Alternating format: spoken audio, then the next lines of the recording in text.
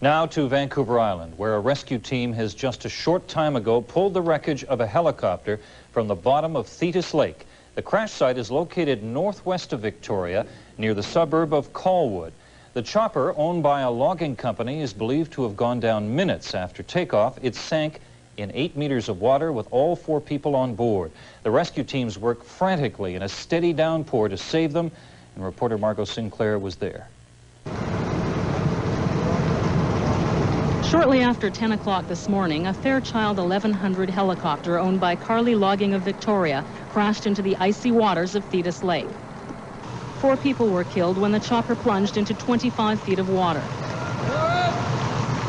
Although rescue crews from the RCMP, surrounding fire departments, and the Navy were on the scene almost immediately, about 3 long, painful hours went by before the first body was recovered.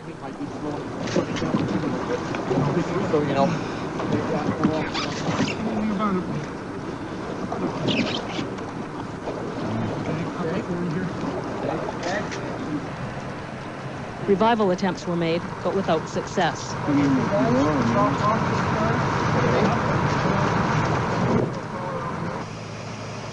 Foam, a fire retardant, was sprayed on the lake to prevent the spilled fuel from igniting. Pieces of the wreckage were dragged in.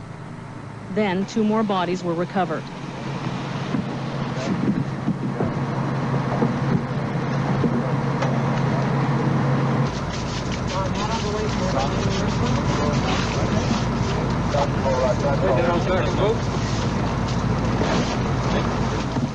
Meanwhile, rescue officials began to piece together what happened.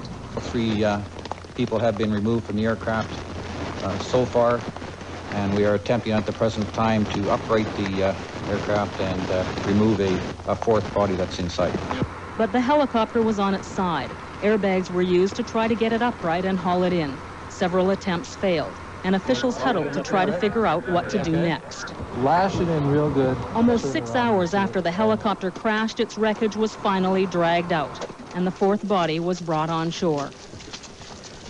The Department of Transportation, the Canadian Aviation Safety Board, and the coroner will examine the incident. At this point, it's not been determined if the helicopter crashed because of the foul weather or mechanical difficulties. Meanwhile, police are still on the scene of a small plane crash on Main Island in the Gulf Islands, which killed the pilot.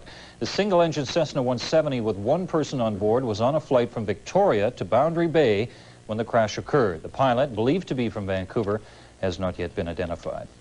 Massive floods in the Fraser Valley earlier this year had residents fuming about government inaction. Now the rain that brings the floods is falling again. The Chilliwack River is rising rapidly, washing away huge chunks of debris and trees as it goes. Work crews have been on the riverbanks much of the day, dumping tons of rock to shore and to shore up the eroding banks. All this comes after residents near Hatzick Lake had complained the floods happen year after year and no government is doing anything about it. Huge Cat tractors also moved in today to create dikes along the Chilliwack River. The Vancouver Fire Department was called out to a blaze in an apartment building on the city's west side this morning. A smoldering cigarette on a couch is the suspected cause. One apartment was gutted in the building on 5th Avenue near Alma. Another suffered smoke damage. No one was injured in the fire itself, but an elderly woman did pass out on the sidewalk after escaping from the building. Time now to check in with Douglas Miller, who's out and about around town, going to tell us a little bit about the weather and what else, Douglas? Hey, Russ, we're down here at Woodward's downtown. We're looking for Santa Claus. And so far, well, we've been able to find the Salvation Army kettle, and we thought it was a perfect opportunity to remind everybody that when you're out doing your Christmas shopping, you can help make Christmas a better time for those who, well, don't have as much as maybe you and I do. The Salvation Army kettle, an important part of Christmas. You can make a change in your community. And I wish we could change the forecast. It's not all that great. It's going to be kind of showery weather most of the week with, you got it, rain by the weekend. But we'll give you all those dismal details a little later on. And maybe we'll have found Santa by then, too.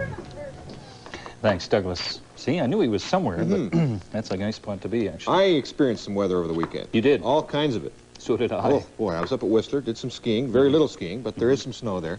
We had fog, we had blizzard, we had rain, we had the whole gamut. I got off the ferry last night from from Schwartz Bay at 9 o'clock. The wind and the rain was driving exactly horizontal. Really? Do you still keep your boat over there in the island? Every weekend? Yeah? Anyway, down to business. What's up Well, today? it's kind of a slow night in sport tonight, Russ. No hockey on the slate, just one game in Pro Hoop. And, of course, Monday Night Football has the Seahawks hosting the Buffalo Bills. So what are we going to talk about in our supper time report? Well, for one thing, we're going to take another look at last night's Canuck victory over Minnesota, 6-5 Vancouver. And Trevor Linden scored the winner. As well, we'll have a report on the Heisman Trophy winner, Andre Ware. All of that coming up at approximately 20 minutes after 6. See you then. Thanks, Paul. Children's Hospital in Vancouver received a donation for its proposed burn unit today. The money was presented to the hospital this morning. $300,000 was raised by the Shriners in BC and the Yukon. When the unit is finally built, it will mean BC children won't have to make a 1,200-mile trip to the nearest burn unit, a long trip for young lives threatened by severe burns. Kids only, please. That's the word outside one store in a Delta shopping mall. It's sure to please the young Christmas shoppers in your family. You can only get in if you're 12 years old or younger.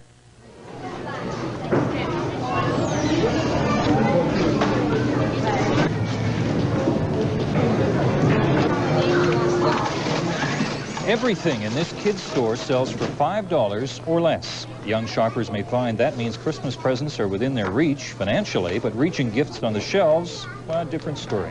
Yeah, but I'm not allowed to get this. Now I can't reach to get it up. Oh, well.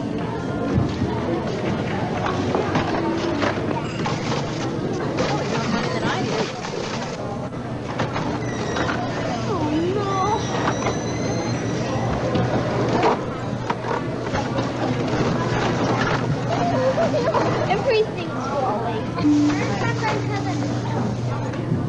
Now stay.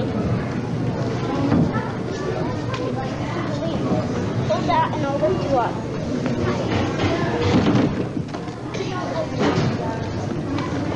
Push.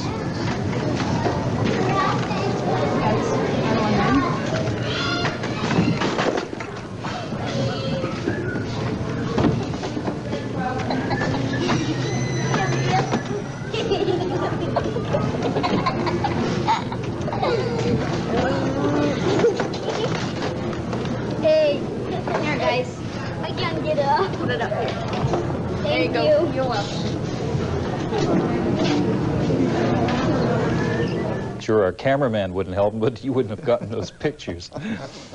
The 80s, they began as the me generation. Pierre Trudeau found himself back in the Prime Minister's office while the Americans boycotted the Olympics in Moscow. Ayatollah became a household word as he held the world's mightiest nation hostage.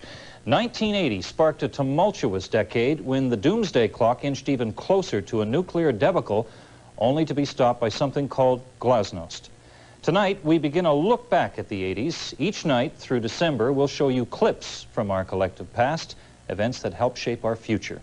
We begin in January 1980 when Bill Bennett was Premier of British Columbia and launched a dizzying collection of mega projects with dreams of a stadium and a World's Fair. If you will, a wide avenue flanked by trees and tasteful pavilions stretching from Gastown and Chinatown to the Granville Street Bridge, a sort of North American Appian Way. Then, on the north shore of Falls Creek, a dome-like structure housing facilities for all manner of sporting and cultural events, a railway museum, a forest industry exhibition, and other treats. In short, Premier Bennett has a dream. We will secure those lands needed on the north shore of Falls Creek. We will play our fair role in providing needed transit improvements. We will continue preparations to host Transpo 86. We will proceed immediately to build a multi-purpose amphitheater. We will take the lead. You're gonna like Foster's Draft.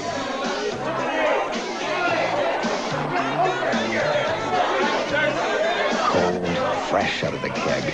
Foster's Draft. You have to go out and get it.